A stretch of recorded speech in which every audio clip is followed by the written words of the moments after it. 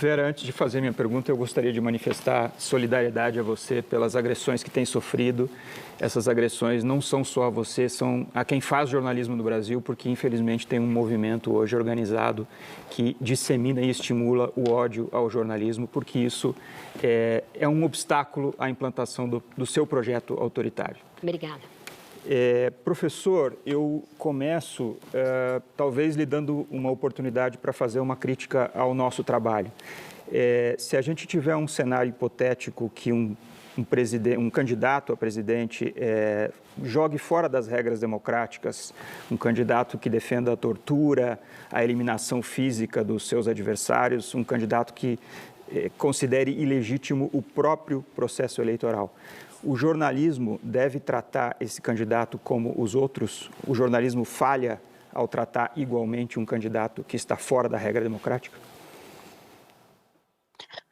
This is a really, really difficult dilemma for journalists. Journalists are, most modern journalists are trained to try to be as objective as possible and to try to be as apolitical as possible, in the sense of never being perceived as favoring one candidate or another. So journalists usually work very, very hard to seem and to be balanced.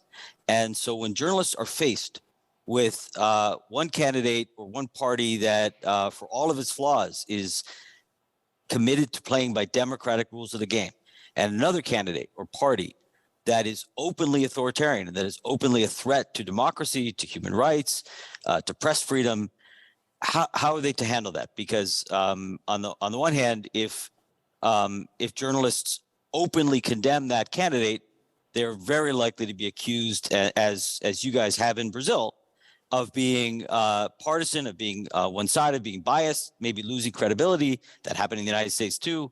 On the other hand, if you treat the authoritarian and the Democrat as equivalent, you're enabling authoritarianism.